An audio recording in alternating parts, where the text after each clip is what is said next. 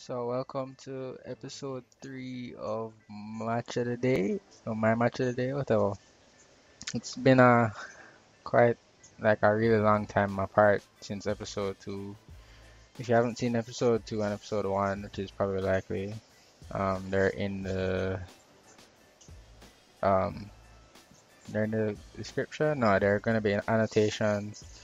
Um, those are PES 2014 videos though, but yeah, basically this is me playing out the big match of the week or whatever big match is going on at the time.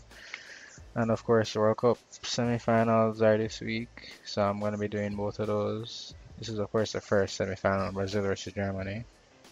Um, but yeah, these are the teams. I actually selected both teams myself. I used that second controller and I picked both teams. I only played with Brazil in this game, but I picked the teams that I think will, I guess, be selected for the matches tomorrow. And yeah, um, some of these probably will be wrong.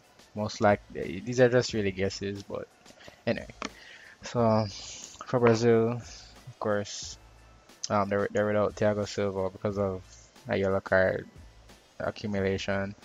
The way he picked up that second yellow was probably one of the silliest things I've ever seen.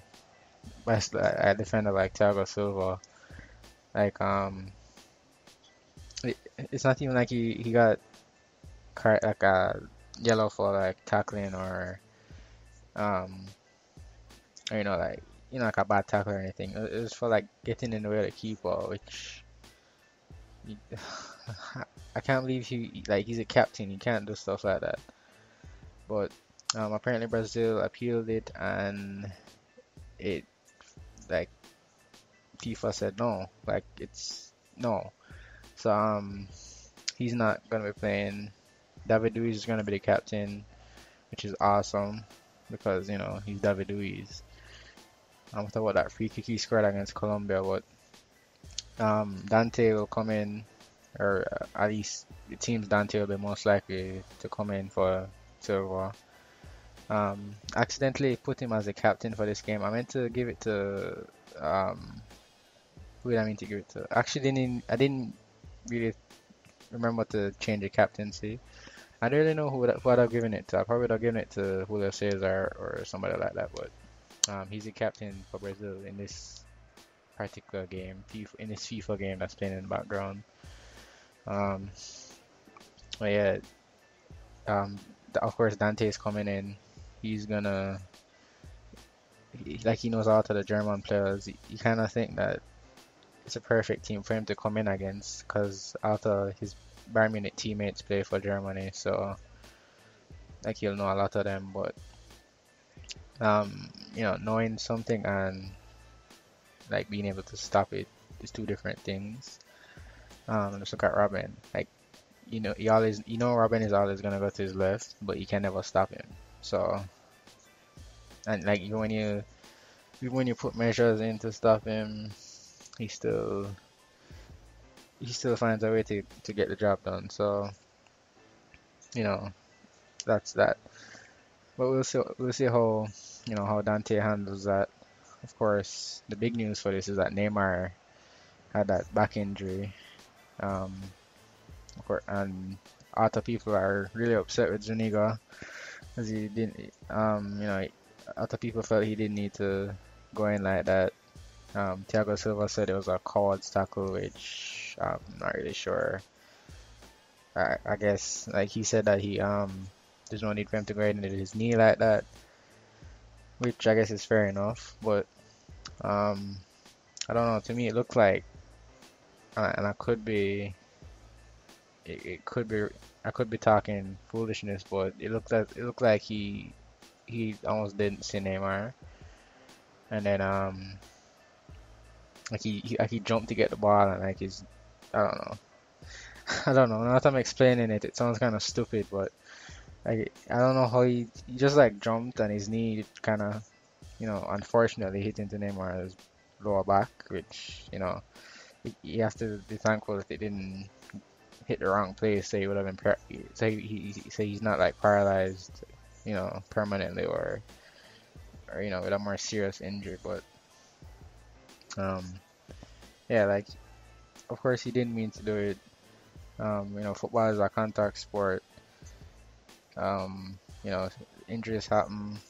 It was a physical game. I think um, like other people are saying that the ref didn't like he didn't like he didn't hand out enough yellow cards early on in the game, and I think that's true. Like my first issue was that he was blowing the whistle too goddamn much. Like he'd blow it for every little thing, and when he would blow it, he just wouldn't give any yellow cards. He wouldn't know anything about it. He'd just blow the whistle because he's a referee. He gets to blow his whistle. So but um again, sorry I'm talking so low, but it's quiet and I don't want to wake up people because it's late at night. Um, but yeah, what was I saying? Yeah, the ref, like in a game like that, it's a physical game. It's two South American teams. It's World Cup quarterfinals. They're playing physical. Like you can't blow the whistle for every other thing, or it's gonna be a very start-stop game. And then on top of that, if you're gonna be blowing the whistle, you hand out cards to kind of like stop it from being so physical. Um, I think Fernandinho must have kicked James like 10 times and he didn't even get a talking to. So, like um, the injury happened to Neymar, but it very well could have happened to James as well. The amount of times he was getting kicked around. So, like it's really unfortunate that Neymar got injured. I'm disappointed that he's out. I wish that he didn't have to be injured. It'd be nice to see Brazil win the World Cup, I guess, like, I don't know, it'd be a nice story. But, I don't know, maybe it can still happen. They're all rallying behind Neymar. Neymar says himself that he thinks they're gonna win. Um, you never know. You never know. I think, like, on paper, like, it kind of points to Germany win. Like, even in this game, that talking about the actual gameplay, I played with Brazil and they're just not the same without Neymar and Thiago Silva. I mean, they're still good, but I don't know. It's like you can't. It just feels like something's missing when you're playing with them without Thiago Silva and Neymar, who you'd probably say are the two best players. You probably wouldn't even probably say that like they are the two best players. But anyway, like speaking of Thiago Silva, like I would argue that Brazil losing Thiago Silva is a bigger loss because like he's like their one defender who actually sits back to defend because Luis, Alves, Marcelo all always go high up the field and they leave themselves vulnerable.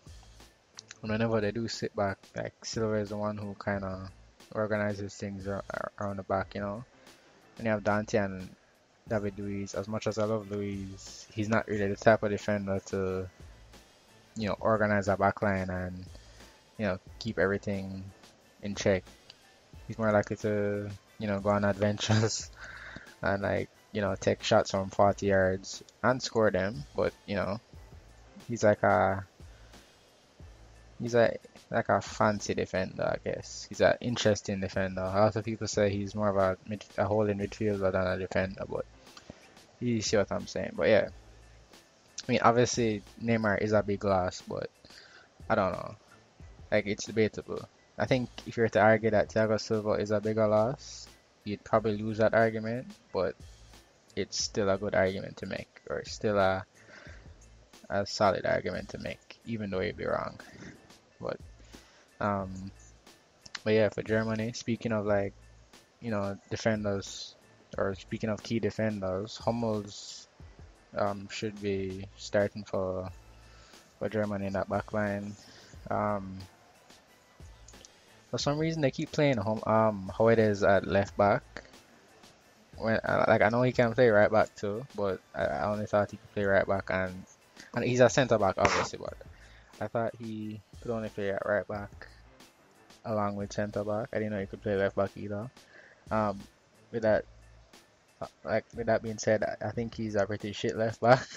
I think he'd make.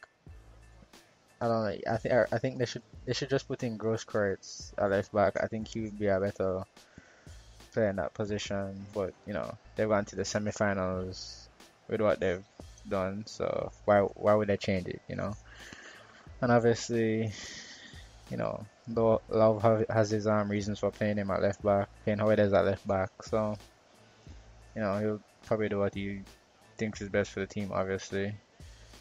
Um, yeah, but Hummels at the back is just such a big um thing. Like so if like he's not like alright, so the game against Algeria where he was sick. I think he was sick. Was he injured or sick? I think he was sick. You saw how Algeria exploited that German defense time after time, and Neuer had to um he had to play as a sweeper the whole game because of how slow Boateng and Mertesacker are. And like when you play Boateng and Mertesacker against like Brazil or a quicker team or a better team than Algeria, no offense to them, you're gonna get punished. And although Neuer was flawless whenever he came out, um, when you play against a bigger team, you're gonna pay for that. Like Neuer is not gonna be as flawless as he was, I guess. Like they're gonna pay for that. Basically, is what I'm trying to say. Um, but with Hummels, he's more of a rock.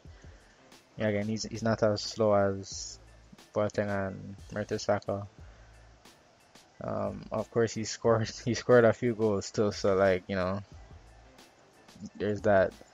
And yeah, like if he's not there, then like if something happens to him between now and when the match is played, because of course this is the day before the match or the night before. Actually, this is the day of the game. It's midnight and the game is technically like tomorrow, but I haven't slept yet, so it's still not today. Yeah, I just confused myself. Anyway, so yeah, Hummels big importance. You know, Özil and Götze, I don't know. The two of them have been really disappointing. Like even the goals, they've both scored a goal, but like they've come in kind of like I don't know, like lucky or like Götze's goal was like the jammiest lucky goal ever. Like it came off of his face or like he hit his face and then hit his knee and then went in back of the net. Um, Ozil's goal was like when the game was basically over. It wasn't over, but like it was to kind of finish the game off, and it was like right in front of goal. To be fair to him, it was a good finish, but he even that same game he still played like awful, but not awful. Like he wasn't that good. I'm talking about the game against Algeria. Um, yeah, whenever he's played, he just looked lethargic. Doesn't look like he hasn't created much. Gives out the ball too much. But also with Goetze, he's just absent. Doesn't get into the game at all. And when he does nothing. I think I'm probably just biased, but I think Shirley needs to start a lot more. Well, I say a lot more, like it's a league match. I think Shirley needs to start this game. Shirley and Closer need to come in for those two. Of course, not in their positions, obviously. But like Shirley would come in on the wing, and Closer will go up front, and Muller will move out to the wing. So, like I think Götze would play on the right, and Ozil is on the left with I think like or they play three up front, so it's like Ozil on the Ozil on the left, Goetz on the right, Muller up front. I'd like to see Muller back on the right, close up front, Shirley on the left, and like again, it could be me being biased towards Shirley because he's a Chelsea player, but whenever he's come on, he has made a big difference for Germany. Like, he scored the first goal against Algeria. Um, I'm almost sure it's not me being biased, but I'm pretty sure he needs to come in ahead of those two. But you will see what happens. Of course, Klose is getting older, but he still finds the net. I think they'd be a better. Those two would be playing Klose and Schürrle would be a better option at this point. And if anything, bringing Ozil and Götze if it's not working out. Maybe they'll provide a spark. Maybe they'll be motivated from being dropped. I don't know. Like football is weird sometimes. It's like the way like some of the knockout round games have been going. If like when a star player plays awful, or if a top player plays awful, he always scores. Like um, also played awful in the game against Algeria, and then he scored. Snyder played awful against Mexico, then he scored. There's another one. I can't remember. Oh yeah, Di Maria played awful against Switzerland, and he scored the winner. So you never know. You never know. But but yeah, like to predict this match, I think it's gonna be a very slow. You know, I guess some people would say boring type of match. It's gonna be like a typical semi-final. But the way this World Cup's been going, I wouldn't be surprised if it's like an exciting end-to-end 5-goal thriller. Well, actually that would be pretty cool, but yeah, that's not happening. Well, again, I don't know. Like this World Cup, it's been kind of crazy. That 5-goal thriller isn't really that far-fetched, But yeah, I think it's gonna be like a slow match, typical World Cup semi-final type of match. Nobody will want to make a mistake. Everybody will be kind of nervous early on. Brazil will be under a lot of pressure. I don't mean like pressure as in like defending Germany. I mean pressure as in like from the crowd. They want to win the World Cup, but Neymar, this and that. Oh yeah, yeah. I think Dante will score from like a corner midway through the second half. Then Hulk, who's been also pretty poor at this World Cup, he'll shock the world and score towards the end, and Germany are pushing for equalizer. Take advantage of that defense and wrap up the game. Send Brazil to the final. So basically, I'm predicting a 2-0 Brazil win. And yeah, so yeah, if you enjoyed this video, leave a like. I'll be doing the Argentina Holland match. Well, I did it. It's done. I'm gonna upload it tomorrow after the first semifinal Brazil Germany match. So if you want to watch that, stick around, subscribe, like, all that stuff. And yeah, thanks for watching.